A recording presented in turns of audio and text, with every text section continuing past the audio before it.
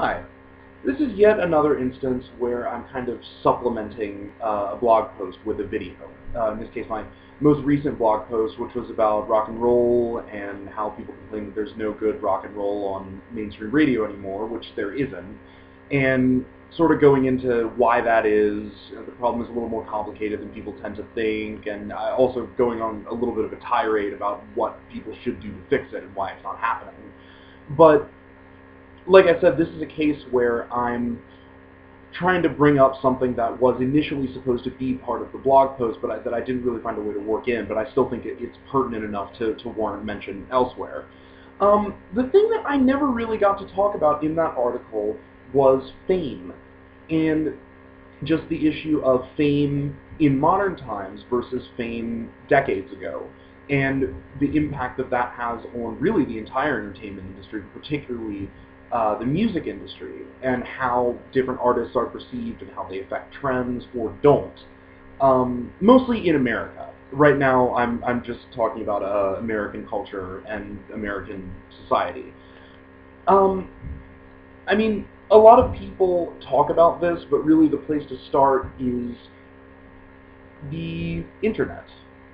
Or maybe not just the internet, but just all the media technology that we have, and how, because we have access to so much information at any given time, we're bombarded with so much information at any given time, we process that information much quicker and also discard that information much quicker. We get bored with it at a much faster rate.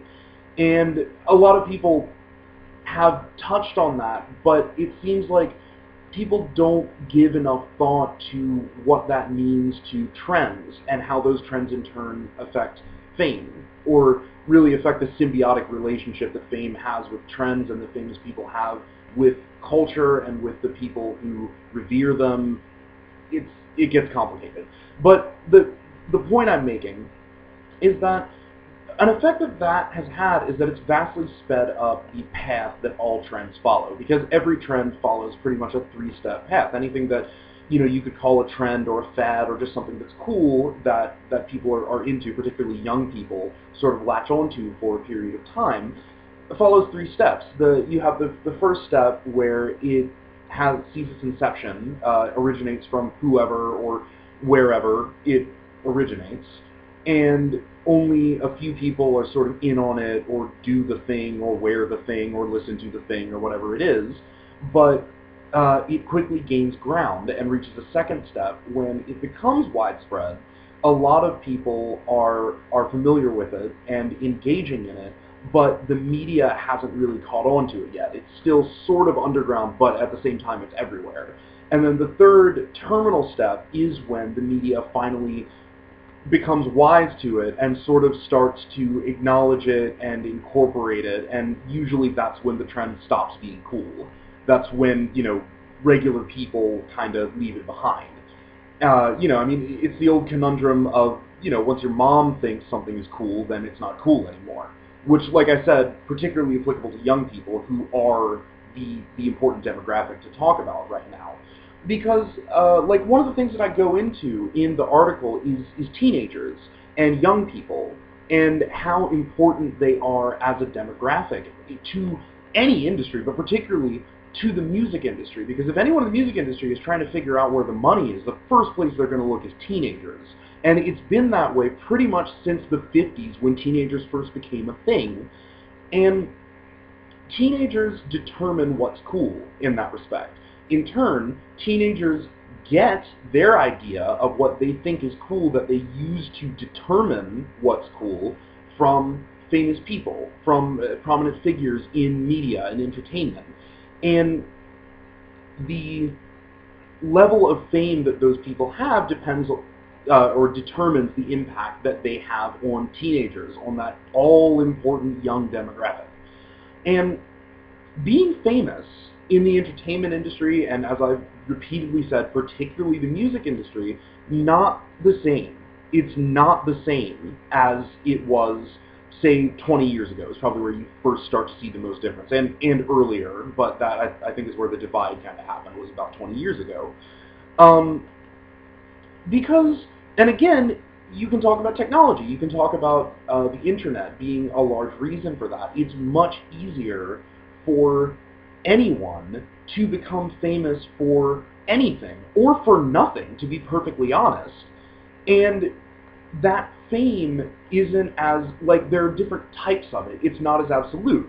Because by the standards of past ages, past decades, Rebecca Black is famous. Rebecca Black is a star by the objective standards of the idea that she released a song and she promoted it. The promotion was successful. A lot of people listened to it, and some people bought it. And for a certain time, everyone talked about it, and she got a lot of attention. She went on a couple of talk shows. Like, she was a figure of interest. But that certain time was really only for a couple of weeks. And the whole reason that she became famous in the first place was mostly because people thought that her song and her music video were terrible. And they shared it with each other for the purposes of laughing at it, of ridiculing it together. And things like that happen far more often in modern society. You had that sort of thing in the past, but it wasn't nearly as common. And again, large part of that is the internet. And so that's one thing that's a difference between now and then, is that you can become famous, even if it's fleeting, you can become famous, you can become a public figure for a negative reason. You can be elevated to the level of celebrity solely for the purpose of being ridiculed. And that is, it's maybe not unique to the time that we live in, but we certainly do it the most. So there's that. But even beyond that, if you look at what you might more conventionally consider as fame, consider as sort of a meteoric or an unexpected rise to fame, an independent an independent artist or an artist on a small record label releases a song with a music video, or not, but releases something that ends up unexpectedly catching on and reaching a much wider audience than it initially was intended to, or people expected it to. And suddenly that person goes from being on that small record label and playing small venues and being kind of an underground sensation to being a mainstream sensation. And suddenly being on MTV, people are interviewing them, other bigger record companies want to give them deals, they've made it. But even in this day and age, even if that sort of thing happens, it tends to be just about as fleeting as somebody who becomes famous for a novelty value or for ridicule value.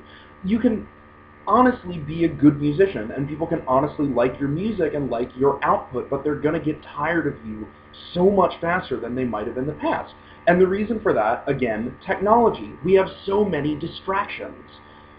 No matter how much that coveted teen demographic loves something, all of the information that is being fed to them, all the things that they have access to, that they have grown up with, making their generation unique, they've grown up with that information access, their attention spans are so short that even if they honestly, genuinely like something, if they truly think that a person is cool and worthy of reverence, even then, they're not going to concentrate on them for that long.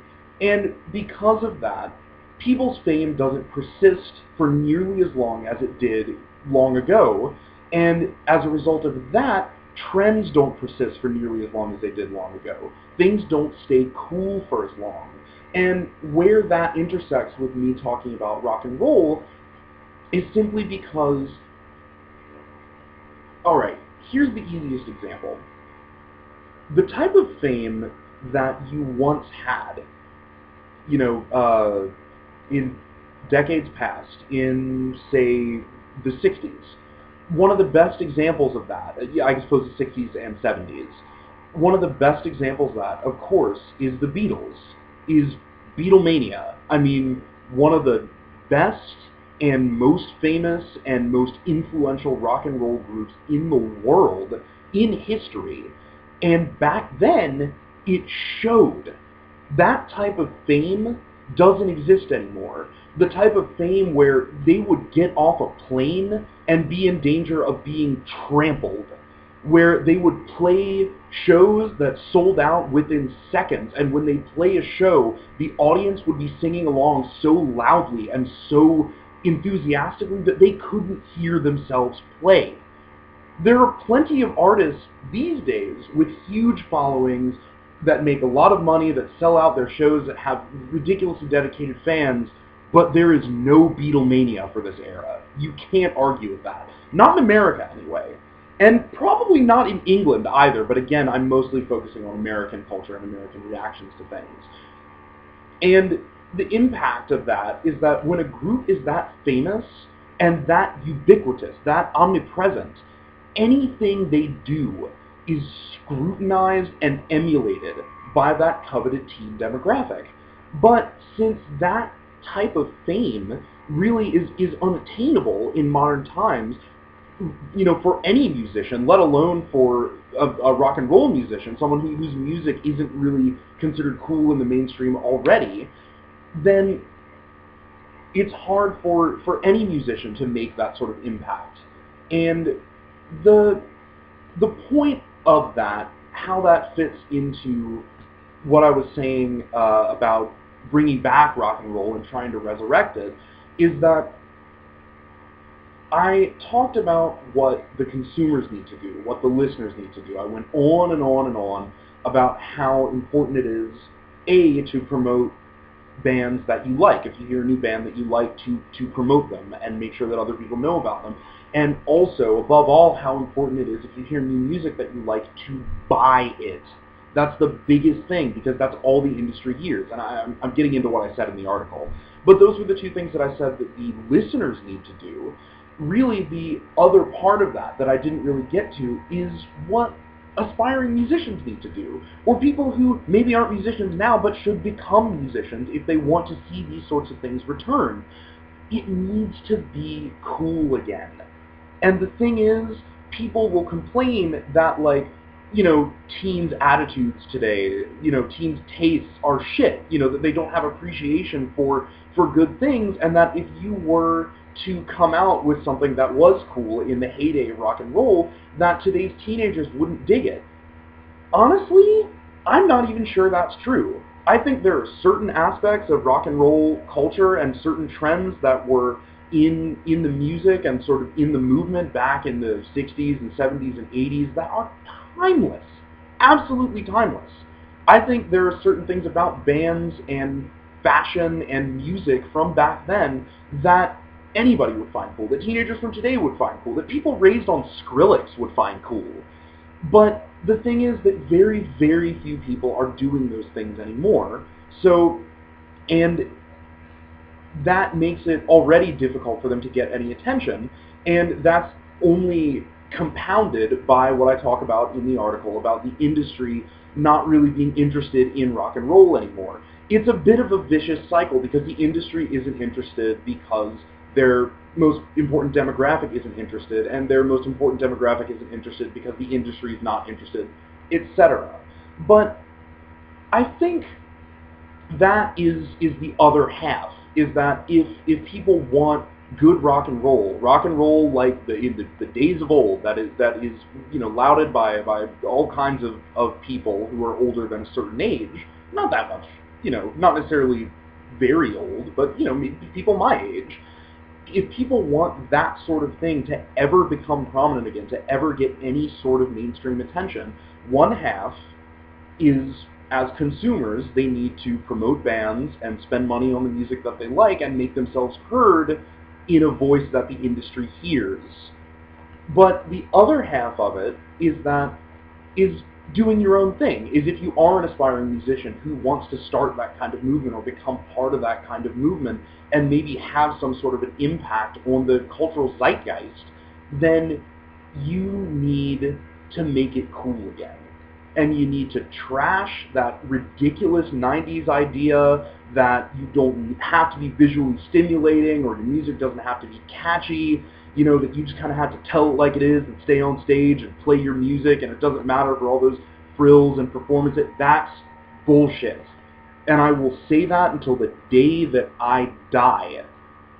Rock and roll needs those elements that it had in the 50s and the 60s and the 70s and certainly in the 80s. It needs those elements to survive. There's a reason the 90s were the last time rock and roll bands got that much attention. It's because the 90s were the end of that era. The 90s were the end of performance and having a visual element and having all of that effort go into a rock and roll band. It might have been refreshing then that these people didn't seem to need all the frills, but as time went on, I mean, personally, I always thought the frills were cool, but as time went on, it almost seems like they were necessary. And that, I guess, to wrap this up, that is the most frustrating thing to me, and I think the most important thing to making this wasteland of modern music try to pick itself up again, is that people need to shed those ideas. They need to shed that idea that it's enough to just be an emotional artist standing still on stage just plucking your guitar. That's not enough. That's fucking boring. And people need to understand that. Anyway, that turned into much, much more of a rant than I thought it would. But I'm glad I said it, and hopefully you're glad you watched it, and if not, I don't know what I can do about it. But I will see you next week. Take care.